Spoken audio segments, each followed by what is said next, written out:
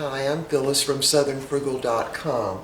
We're getting ready to fix some, our largest meal of the day, and we're going to use some of the puffed pastry cups, and these are the ones that are used for appetizers and desserts. And I've already got them on my baking sheet here on some parchment paper. So we're going to put those in the oven at 400 degrees and cook them for about 20 minutes. We'll be right back and start the rest of this meal. Alright, we are ready to fix the rest of the meal. We're going to use some of this, the Crab Classic, and it's made out of Alaskan pollock and king crab. I write the date on it that it will expire because I have let these expire before and had to throw them away. So, here we go. We're going to start out by making a white sauce. So that's going to be 2 tablespoons of butter. Pan's too hot. Cool that down a little bit. I just put it on the dish rag over here and cooling it down. Alright, so I've got my heat on. We'll put it a little past medium. It's not quite medium low. I'm going to dump 2 tablespoons of flour in there and just cook that flour just a little bit. We're going to try to have this meal ready in 20 minutes. That's how long it'll take the puffed pastry to cook.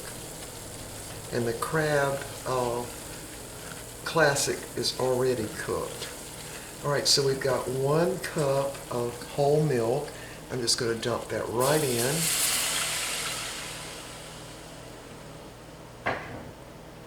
And stir that around just a little bit. We'll let that milk come up almost to a boil. That's all we're looking for, almost to a boil. And find my little whisk. Just going to whisk that around a little bit.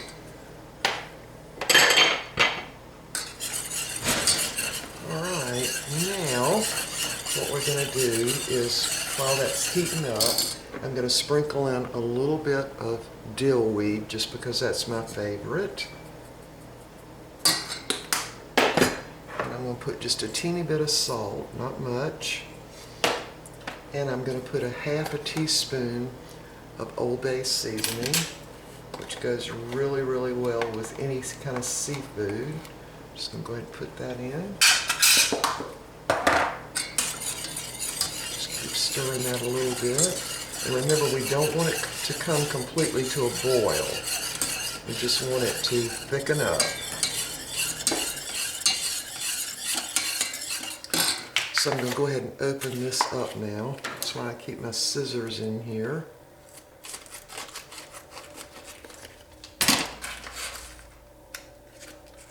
Actually, it's so hard to get apart, I just cut it all the way down through there, because we're not going to save any of this. We're going to cook it all today. Now this is already cooked, so we're going to separate it a little bit once this gets to where it's a little thick. So just keep stirring it. That way you know you don't have any lumps in it. Now if it becomes too thick, I'll add a little bit of half and half, or a little bit of cream would work. Alright, so it's already getting thick, but still not boiling.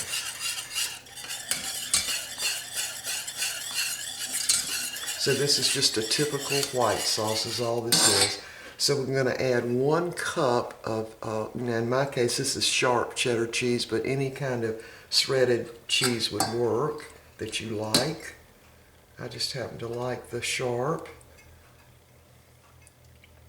Put that all in there and stir that around, let it get good and melted. Okay, I can already tell it's going to be a little bit too thick. So I'm going to add a little half and half to that. So the half and half is really half full cream and half whole milk. That's what it is. I have to open that up. Add about, I don't know, ½ a cup probably. And then just stir that around. Now if I had some cooking sherry, I would put a little bit of that in. I don't have any I couldn't find it at the grocery store, nor could I find it at Bilo. when I went shopping this past week. All right, so that looks about right to me. Now we're going to start putting the imitation crab meat in there. I just cut it open so I can section it off. And all we're really going to be doing is heating this up. And I want it to stay in those little sections as much as we can. So I just break it off and put it in there. It already smells delicious, y'all, I can tell you. I love this stuff. It's really mostly fish, but it tastes like crab. To me it does, anyway. And just break it up a little bit. And we're going to put this over the puffed pastry. So with this, we're also going to have some of those little, small, tiny green peas, and I'm going to fix a little bit of spinach salad. Yeah, this is really good in salad. Y'all know what this is, I know. But it works really good over puffed pastry. And this little bit of white sauce with the cheese in it. Put a little bit of that Old Bay in there. It's delicious. All right. So now, let's just stir this up and get it coated. Now I want it to get hot or heated all the way through. So we're just going to cut that down on low, and we're going to go ahead with the rest of the meal. I'm going to put the peas on to cook here, and I've already opened that can. Let me see if I can get that lid off. Nope. Now these are the peas. I buy them, there we go. I buy them by the case at Aldi's. I find that's the cheapest place to get them. There we go. And so all I'm going to do is heat those up, put a little butter in them, and we're going to go ahead and fix the salad now too while we're waiting for the puff pastry. And these, the crab meat and the little sauce should all be warmed up by then. So we'll be back in just a few minutes. All right, here's what the little puffed pastry appetizer type little things look like. Now if you were filling these, you would press that middle down like that and fill them with something. But we're actually going to put some of the crab little thing over these. So I'm going to allow about 6 each, and we're going to have these again probably tomorrow after church. So we've also got a salad. Now I'm going to put some pears that have been sitting there for just a few minutes in the dressing, the raspberry fat-free dressing, and that prevents them from oxidizing. So we're just going to put some of that over the bed of spinach, the baby spinach, and that will be our salad for this meal.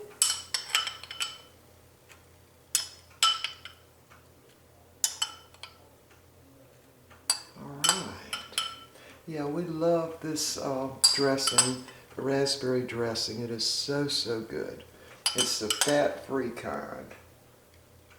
All right, I'm going to dump that out. All right, so now what I'm going to do, can you all see? Well, you can't see both plates, but you can see one.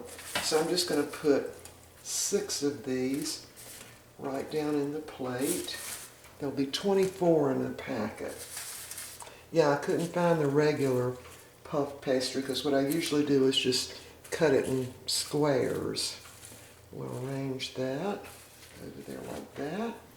And we'll go ahead and dip out some of the peas before I do the crab. So we'll just put a few peas here on the side. And again, this will be enough for tomorrow's meal. Now I don't have another pear for this dressing, but what I'll do is do it with apples. Alright, so we're now ready to dip out the crab over these little puff pastries. And this is the thickness that I like right there. I don't like it real thick. So we'll just put that right over, sauce and all, that puffed pastry. And leave some of it out You know, so you can sort of see the puff pastry is the way I like to do it.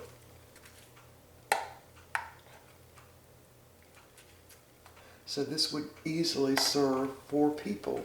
And it makes a great meal for company too. It looks real fancy, but it only takes a little while to make. So this will go in the refrigerator for tomorrow, along with the extra puff pastries, and there's the meal. There you go. All right, let me give y'all a close-up. Hold on. All right, there's what it looks like close up, and I do think this crab is delicious fixed this way.